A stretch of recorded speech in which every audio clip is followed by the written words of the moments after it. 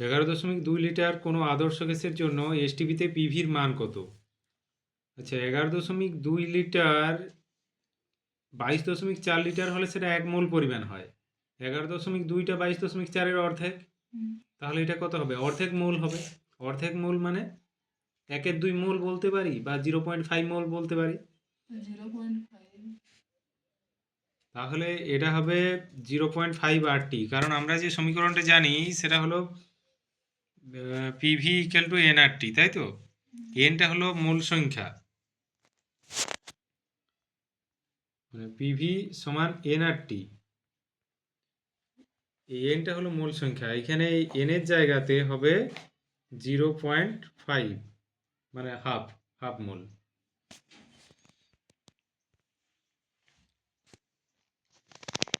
তাহলে উত্তর হলো সি এর দাগেরটা। এবার দুয়েরটা দেখো, প্রদত্ত কোনটি চার্লসের সূত্রের ভি ভার্সেস টি লেখচিত্র?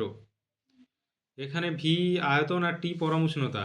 তো পরম উষ্ণতা যখন শূন্য হয় তখন আয়তন শূন্য হয়ে যায়, আবার পরম উষ্ণতার সাথে সমানুপাতিক হারে আয়তনটা বাড়তে থাকে, অর্থাৎ এটা একটা নির্দিষ্ট নতিযুক্ত সরলরেখা হবে এবং মূলবিন্দুগামী হবে। সুতরাং এর দাগের উত্তরটা হচ্ছে সঠিক।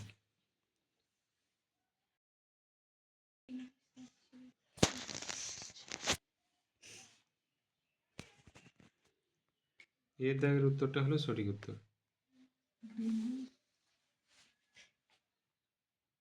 এবার 1.3,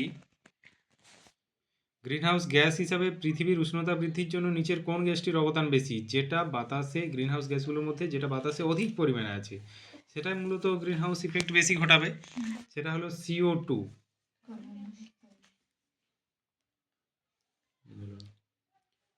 কার্বন ডাইঅক্সাইড।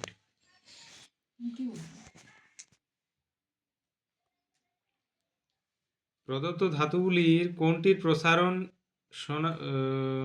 শনাক্ত ন্যূনতম হওয়ায় বিভিন্ন কাজে ব্যবহৃত হয়? মানে আয়তন প্রসারণ গুণাঙ্ক কম, উষ্ণতা বৃদ্ধিতেও আয়তনে তেমন কোনো পরিবর্তন হয় না, এটা হলো ইনভার।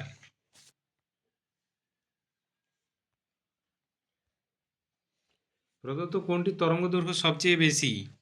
আমরা জানি দৃশ্যমান আলোর মধ্যে লাল বর্ণের আলোর তরঙ্গদৈর্ঘ্য সবচেয়ে বেশি, আর লালের চাইতেও বেশি হলো অবলোহিত রশ্মি, যেটা তাপীয় বিকিরণ, ইংরেজিতে ইনফ্রারেড বলা হয়, অবলোহিত রশ্মি। এবার 1.6, একটি পাতলা উত্তল লেন্সে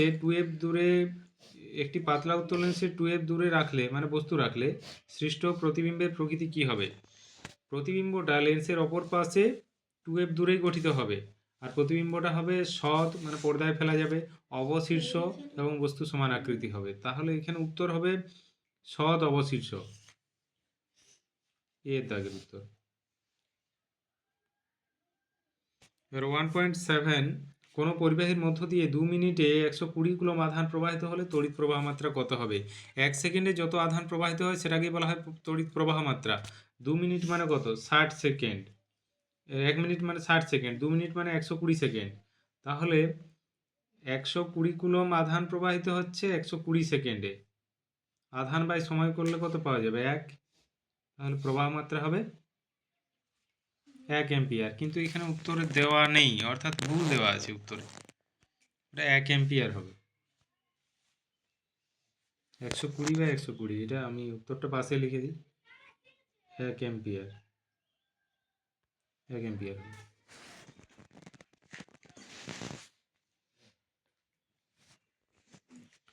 এবার 1.8, দীর্ঘ পর্যায় সারণীতে শ্রেণীর সংখ্যা কত? শ্রেণীর সংখ্যা হলো 18। পরিবাহীর রোধ এবং পরিবাহিত তড়িৎ প্রবাহের সময় অপরিবর্তিত থাকলে পরিবাহিত উৎপন্ন তাপ এর সম্পর্কটা কি? H/I² হবে। তেজস্ক্রিয় মৌল থেকে নির্গত বিটা রশ্মি হলো ইলেকট্রনের স্রোত, প্রদত্ত কোন যৌগটির ক্ষেত্রে অষ্টক নীতি মান্য হয় না? এটা হবে লিথিয়াম হাইড্রাইড, LiH, এখানে দ্বৈত পূর্তি ঘটে।